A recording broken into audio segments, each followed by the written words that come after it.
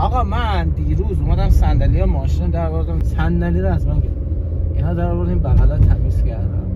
من می‌خواستم امروز ماشین بشورم حقیقتا، چون دیروز پیروز یه دستگاهی گرفتیم مثل کارباش تفنگیه، خیلی جالب، خواستم اون رو تست کنم چطوریه. ولی خب الان که من سوار ماشین شدم کل ماشین خاک گرفته بود، چون ما از موقعی که ما اومدیم توی این خونه‌مون زندگی می‌کنیم، توی این خونه آپارتمانیه، دارم ساخت و ساز می‌کنم دور و بر خونه‌مون، اینا آسایش نداریم. یه روز با سر صدا از خواب بلند میشیم، بعد می‌بینیم ماشین خاک گرفته. بعد پارکینگ خونه ما آپارتمان دو تیکه، یه پارکینگ در ته، یه پارکینگ در اول. تهیه که منم همه ماشینا خاک گرفتن. تو می‌خوای نظری بدی؟ من نظری ندارم. نه باید نظر بدی. تو بیشتر از من توی من حسین هر وقت از اینجا رد میشیم اینطوری. این بالا نگاه کن. معلوم نیست. بعد دور میایم، دوره. اینجا راهنما بزن یه دست آینه رو ببینیم. چون میکی آبزی بنده بیشتر از من تو این خونه بوده تا من، چون من همش تو خرمشهر بودم. خلاص بذار یه خاطره یادم اومد خیلی باحال. از روز اولی که ما توی این آپارتمان اومده بودیم، ما خونه ویلایی زندگی می‌کردیم، یعنی هر وقت عشقمون میکشی شلنگه در میون، خیلی بد نشون دادم شلنگه در می آوردیم، ماشین رو میشستیم حقیقتا. خب هیچکی نمیومد بهمون بگه این چه کاری داری میکنه خونمون. آقا روز اول ما اومدیم توی آپارتمان، من اون موقع من تازه ماشینم آورده بودم، من ماشین کثیف شد، گفتم بذار من ماشین بشورم. آقا شلنگو گذاشت. اینم بگم اون موقع که ما اون موقع که ما اومده بودیم توی خونه فقط 2 تا واحد بودیم دیگه، یکی ما با یکی همسایه پایینیمون، از 8 تا واحد 2 تا بودیم. این پارکینگ کلا در اختیار من بود. آقا خلاص ما هم شلنگو انداختیم، 2 شلنگ گرفتیم روش. آقا ماشین شسته، با همسایه پایینیمون اومد گفت بابا جان داره چیکار می‌کنی؟ گفتم دارم ماشین می‌رم. گفت اصلا نباید تو پارکینگ ماشین می‌ری. ما اونجا تازه با فرهنگ آپارتمان نشینی آشنا شدم. بعد کلافم میکنه این قضیه که ببینم ماشینم هر روز کثیفه، بعد ببینم کالاش 300 400 تومن. به خدا الان نگاه کن هر چی خاکو گرفته ما همسایه پشتی هست. آقا 300 400 تومن بدی کارواش مرض داری؟ با دستمال بکش رو ماشین. حالا این خوبه. من رفتم خرمشهر. خرمشهر که بودیم داخل یه آپارتمان خودم تنهایی زندگی می‌کردم. اونجا هم همین من مشکل داشتم، ماشین نمی‌شستم. اونجا که اصلا دیگه خاک نیاز نیست. حتی یه بار میکی اومده بود خرمشهر، خب یادت افتاده بود به جون ماشینه داشتیم میشستیمش بود. 200 داشتیم میفروختیم. اون یکی 200 داشتیم میفروختیم که بعد میکی با پالیش افتاده بود داشبورد رو تمیز کرد. بعد من داشتم بعد ماشینه که من از پارکینگ آوردم بیرون، زیر ماشین جل جمع شده بود. اونجا اصلا نباید ببین، مثلا اینجا تو میگی آپارتمان دارن درست میکنن پیشمون، اوکی خاک میشه. اونجا اصلا خاک طبیعی داریم ما، اونجا همش گرد و خاکه.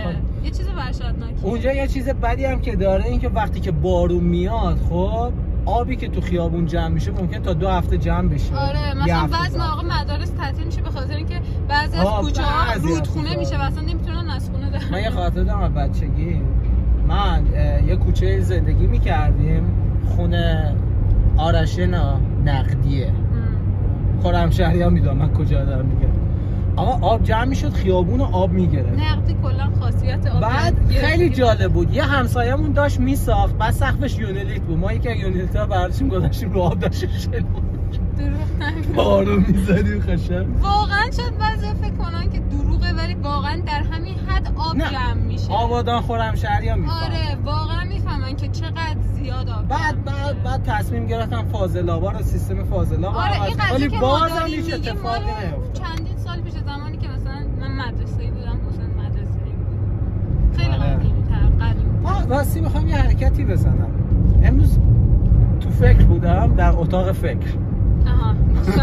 مسترا گفتم چرا من لابلای این ویدیوهایی که میذارم یه پادکست هم ضبط نکنم. دستش سخت کرد. مثلا صندلی که صندلی ازش گرفتم. صندلی بابا تو نبودی ببینی صندلی چه بلایی سر من آورد. این صندلی که من روش نشستم، خب اومدم پیچاشو باز کردم، کشیدمش دیدم گیر کرد. خب یه سیم از زیر ماشین وصله به این. خب کات می‌خوای بکنی؟ یه سیم از زیر ماشین وصله به می‌خوای کات کنی؟ بزن حرفو بزنم. بعد نمیذار فوش برم دوستان. بعد این مال چیه؟ کمربند است اینه. خب آها این فیوز رو من برادر وایب میکنه، برادر خوشحال است که این صدا آمد. من این فیشه رو هر کاری کردم در نیومد. خب فیشه در اومد. خب آخر فیشه نه با فیشه آخر در اومد. بعد دیدم فیشه با یه بستی وصلن به صندلی. حالا اینو من کردم. ببین اون لحظه دوربین روشن بود، تو ذهنم فوش خار مادر ایران خودرو داشت. باشه تمام میمای ایرانی که تا الان اومده همه تو ذهن حسین. برو علی پروین، وای های های های همه اینا. چقدر خوبه. سر خوبی داری. خب و خیلی فوشه دیگه. ما اینجا داریم زحمت میکشیم. همه اینا. خب چرا لامصبا اینا اینقدر محکم درست کرده بودن؟ خب من نمیتونستم درش بیام.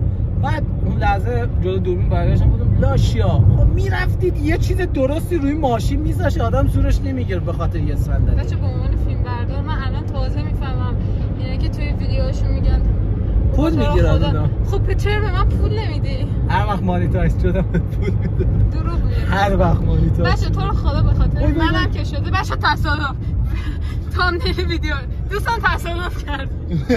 هر وقت مانیتایز شدم پول میدم. بچه خواهش میکنم لایک کامنت همه چی من پول بگم. راستی ساب چرا نمیکنی؟ ساب بچه گناه داره دیگه. اگه دیدین ویدیو شد تو رو خدا ساب کنی. ما محتوای خاصی نداریم. خب همین روزمرگیمونو میایم میذاریم. من روزمرگی همش خوابه. آره پادکست هم ولی میذارم. الانم داریم میریم پیش دوستمون چون گوشوارش گم کرده ناراحته. گفتیم ببریمش بیرون یکم حالش خوب شه. مردم گوشوارشون گم میکنن حالشون بده. من با 100 تا شکست زندگی واکنش حساب بانکی من 29000 ریال. نگاش کن. دلم نمیومد گناه داشتم. میکی خانم چند تا گرفتی؟ 300 تا. اینم برای تو. مرسی. گیرم گرفتم از دختر. من مامان رام ولی خوشگلم. اینو خیلی دوستم گیلاسه. سیب زمینی ها چی کار کردیم؟ دادیم به بچه های کار. همینه که ازشون جوراب خریدیم. چی میشه دیگه گناه؟ حالت خوبه؟ بابا هوا سرد بود لپشون سرخ شده. چون لپشون 10 درجه است کجا سرده؟ بابا گناه دارم بچه‌ها میبینید اینو سابسکرایب نکنید قلب سنگی داره. رفتی 16 تا جوراب خریدی؟ خب گناه داشتم. سیب زمینیات هم دادی؟ اون آخریه میگفت 2 تا بگیر. باش دعوا کردم گفت خالی چند نفر بودن؟ کلشون همشون اومدن دیگه. رفتن دوستاشون رو خبر کردن اومدن. چون برای یکیشون خیلی مثلا چیکن. تازه اون یکی که اول ازش خرید کردم دوباره اومده میگه خاله ازم بگی. گفتم بیا برو ماهان. اسمش ماهان بود. گفتم بیا برو ماهان تازه ازت خریدم. باهاشون هم رفیق شدم. آره باهاشون رفیق شدم. دورم حلقه زده بودم میومدم باهم تا آبربانک. بعضیاشون میگفتن پول نقد بده. خب چون اینا ها رفتی باهاشون آبربانک و خود دیدی چقدر هزینه کردی؟ نه دیگه برای مثلا همه‌شون که نیومدم آبربانک کارت به کارت. خیلی نمیدونم. الان برو بودو پاک. نمیخوام اصلا دوست ندارم برم چک کنم. فقط میخوام بگم که آقا این صدقه بود. میخوام بریم مسافرت صدقه. چرا چرت و پرت میگه؟ چه ربطی داره به صدقه؟ بابا خدا دلم نمیاد. چرا چی میگویش؟ راست میگه. حسین زردزن چیه؟ یه گاوی پیدا کردید هرچی پول بود فرو کردید تو گاو. گاوی دیگه. آخ ببین هیچی نمیخوام ببینم. ببین دیدی حرف نمیزنم. این نشونه خدا بود. چی رفتم تو سرعتگیر نشونه خدا بود؟ کجاست کارخونه؟ خب میگفتی من رفتم این ور در خونه. تو میپرسی کجا میخوای با میخوام. ببخشید شما قبلش وایسا منطق شبنم تو باید بپرسی ما کجا میخوایم. ولی داروخونه شما میشینی تو ماشین بزن شما میشینی تو ماشین میگید ما میخوایم بریم فلان جا. باش فرمون تابین بده. ما اینجا روشن کردی رفتی. نمیفهمم تو بچه ستاره ها رو چه رنده. خرم من ستاره تو آسمون داره بر چشمک. اون ستاره تکلیفش مگر اینکه ستاره به چشمک بزنه. قطعش کن مشتبه